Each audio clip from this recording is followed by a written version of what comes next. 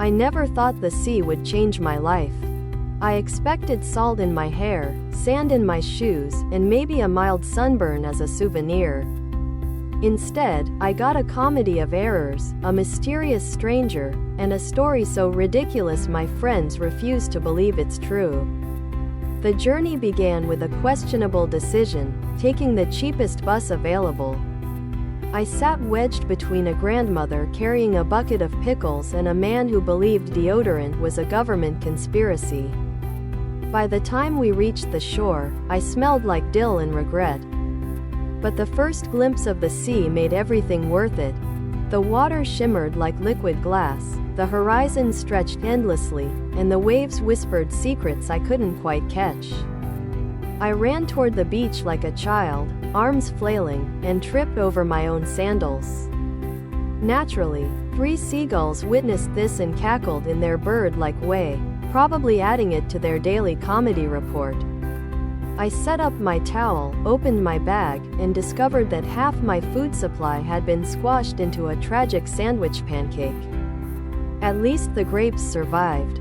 I tossed one into my mouth, missed entirely, and hit a passing crab on the claw. It scuttled away in what I can only assume was an offended manner. Then they appeared. A stranger, tall, sun-kissed, with eyes that seemed to have captured the very color of the waves. They walked along the shore with the confidence of someone who had either been born at sea or had a contract with Poseidon himself. I, meanwhile, was struggling to open my sunscreen bottle, which had decided to play hard to get. In my frantic attempt, I squeezed too hard, and a generous blob shot directly onto my nose. The stranger stopped, stared, and smiled. "You missed a spot," they said. I wanted to reply with something witty, something clever. Instead, I sneezed. Loudly. A seagull echoed the sound as if mocking me. But instead of walking away, the stranger laughed. Not the mean kind of laugh, more like music, like the sea had suddenly discovered jazz. And that's how it began. We talked. Well, I babbled nervously, while they listened with patience that deserved a medal. I confessed about my tragic sandwich, my vendetta with seagulls, and my secret dream of learning how to surf without ending up as a YouTube fail compilation. To my surprise, they didn't run away. In fact, they suggested we go into the water together. "Don't worry," they said. "I'll make sure you don't drown." "Good," I replied, because I already promised my plants I'd come back alive. The waves greeted us like playful giants. I jumped at the first splash, which made the stranger laugh again. We swam, we splashed, we raced, and at one point I accidentally inhaled half the sea. They patted my back while I coughed dramatically, convinced my obituary would read "choked on enthusiasm." Then came the turning point. A wave, larger than the rest, rose up like a watery mountain. I panicked, flailed, and somehow grabbed the stranger's hand. We tumbled under the water, limbs everywhere, and resurfaced laughing so hard we could barely breathe. My heart raced, not just from the adrenaline, but from the warmth of their hands still holding mine. The day turned into evening. The sky painted itself in oranges and pinks, and the air smelled like salt and adventure.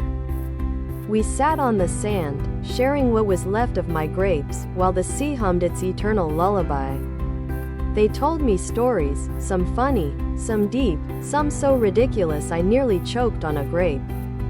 I told them about my pickle bus journey, my fear of jellyfish revolutions, and my theory that seagulls are secretly running an organized crime syndicate.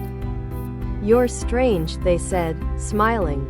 "Thank you," I replied, as if it were the highest compliment. And then, as the stars began to sparkle, something shifted. The laughter softened, the silences grew comfortable, and the sea itself seemed to lean closer to listen. The romance wasn't fireworks and violins. It was simple, clumsy, and real. Like when they brushed sand out of my hair with a gentleness that made my chest ache.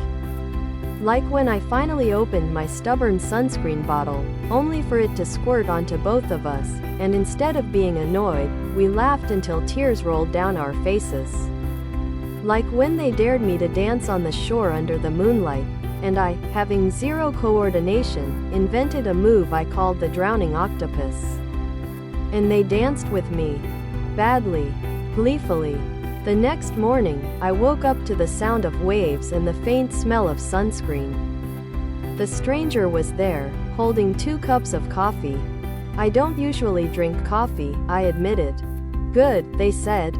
This one's mine. We spent that day exploring, chasing crabs, building the world's most lopsided sandcastle, and laughing until my stomach hurt.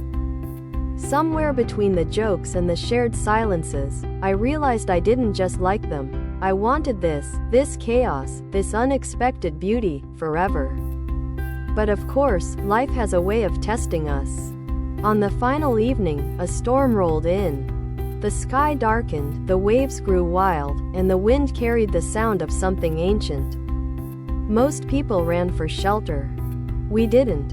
Instead, we stood at the edge of the water, hair whipping in the wind, clothes soaked, and shouted nonsense into the storm.